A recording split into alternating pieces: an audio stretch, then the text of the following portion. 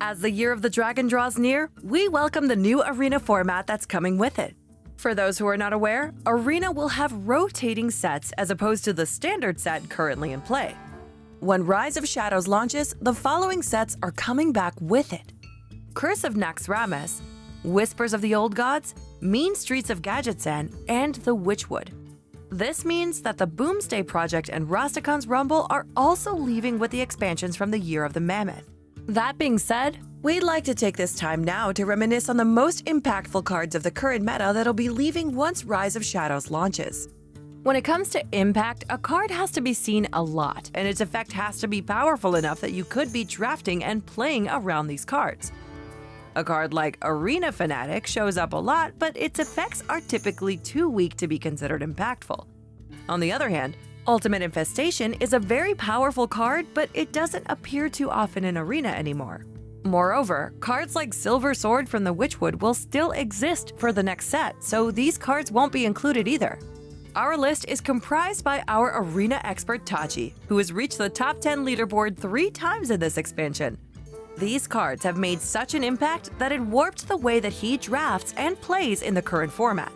Before we begin, make sure you are subscribed to the channel to keep up with all of our content surrounding the new expansion, Rise of Shadows. Without further ado, let's get started. Number 10. Dragon Roar. By the end of Boomsday, Warrior had already cemented itself as a very dominant class, reaching number 1 on the power rankings of HS Replay. When Dragon Roar was released in Rastakhan's Rumble, it elevated Warriors even further.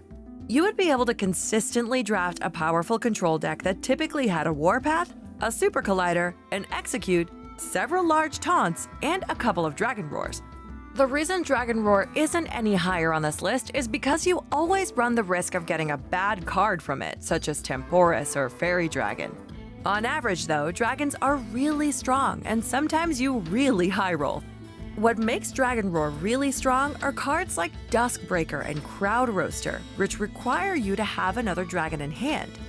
This fills that requirement easily and often generates too much of a swing for your opponent to handle. Additionally, it only costs 2 mana. We typically expect a card that gives you 2 cards to cost about 3 mana, such as an Arcane Intellect. So not only does this card generate value, it isn't much of a tempo loss either. Currently, at least 1 copy exists in 71% of all Warrior decks. And boy, can it be game-winning. 9. Mass Hysteria. Priest has not been nearly as dominant as Warrior, and Mass Hysteria didn't change that. But if you played enough Arena, you would have faced Mass Hysteria and questioned your entire life existence. Unlike Psychic Scream, which is an epic rarity and worth 7 mana, Mass Hysteria can full clear a board for less and shows up in nearly 60% of all Priest decks. Let's look at the card itself. Mathematically, if Hysteria only killed a 3-drop and a 4-drop, you cleared 7 mana worth of stuff for 5 mana, and it also gave you card advantage. However, it is a reactive card, and tons of people misplay against this card by not playing any minions early on. When a good player gets a read that you have Mass Hysteria, they'll try their best to build a board where Hysteria cannot guarantee a full clear. Sometimes, even with the best preparation, Hysteria can still full clear your board and makes number 9 on our list. 8. Blast Wave. In the past, Mage had AoE spells such as Volcanic Potion and value generation such as Kabbalist Tome. Blast Wave is a card that has both of these effects. While the value generation is conditional, it can often be met and provide a huge swing in resources. On its own, what makes Blast Wave so impactful is its flexibility. It doesn't always give you that many cards, but when it does, it can straight up win you the game. 7. Supercollider. Supercollider is an insanely powerful Warrior card. Alongside Warpath, it carried Warrior to being the best class in the format. In Arena, curve minions make up the majority of your deck. For example, it's very normal to play a Blackwalled Pixie into an Ogre Magi. For 5 mana, Supercollider can kill both of these minions and even has 2 more charges. Because this weapon prevents mid-game minions from snowballing, Warrior had no weaknesses. Execute removed large minions, Warpath removed several small minions, big taunts protected your hero, and there were smaller weapons such as Arathi Weaponsmith that acted as removals for small minions. Supercollider was the strongest card in the Warriors' arsenal, and we're glad it's finally leaving. The only reason it isn't any higher on this list is because it only showed up in around 25% of all Warrior decks. Additionally, Warriors became less popular in Rastakhan as the class received micro-adjustments where its premium cards showed up less. 6. Defile. Defile is a spell that was considered skillful to use. While some board clears were self-explanatory, sometimes the user had to get pretty creative. For 2 mana, you had the ability to wipe an entire board. The ceiling of how much this card can do is ridiculous. It forces you to play a certain way against Warlock as you had to play around it whenever you could. Even when you do play around it, it still might not matter that much, as cards like Cheaty Anklebiter and Kobold Librarian can trigger the Defile chain. Due to how strong this board clear is, it takes number 6 on our list. 5. Demon Bolt. At face value, Demon Bolt is nowhere near as strong as Defile. However, in Arena, we have a bucket system where similar cards in power level are grouped together. Demon Bolt was grouped with the likes of Arena Fanatic, Banana Buffoon, and Deranged Doctor. You could consistently draft around 2 Demon Bolts, and it was almost always the best pick from its bucket. This in turn molded the way you would draft Warlock.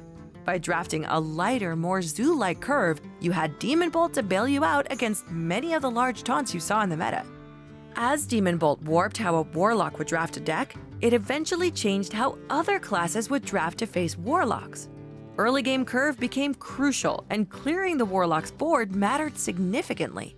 Playing a big minion that didn't have an immediate impact or an annoying death rattle became a lot worse.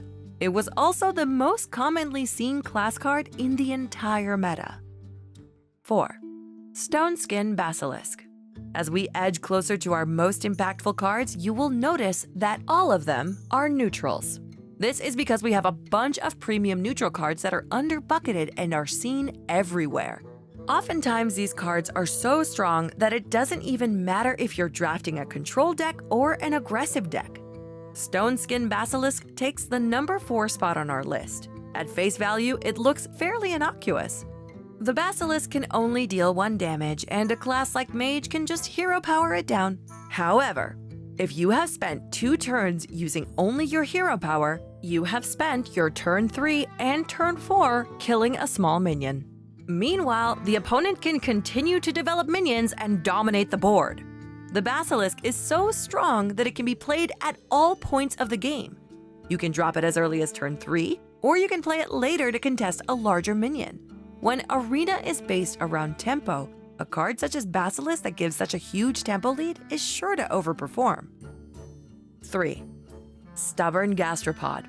Unlike the Basilisk, a stubborn Gastropod is much easier to remove without the Divine Shield.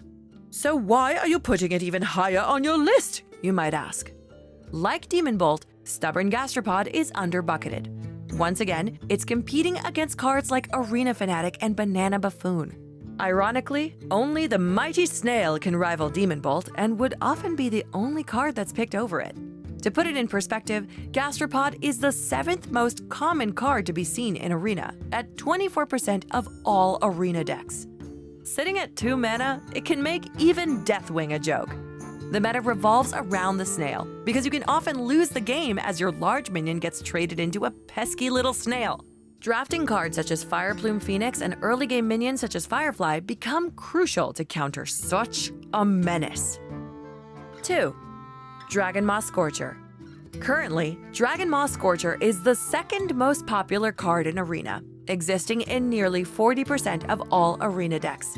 Like other cards mentioned so far, it's also under-bucketed and is usually offered next to a Chillwind Yeti or a Rotten Apple Bomb. What makes Scorcher so strong is it attaches an AoE effect to a minion. Due to its mana cost, it's often played in turns where the AoE can be crucial. It really is the perfect card to counter so many cards commonly seen in Arena. There are many situations where you can't play around the Scorcher, and thus it saves so many games that otherwise would have been lost.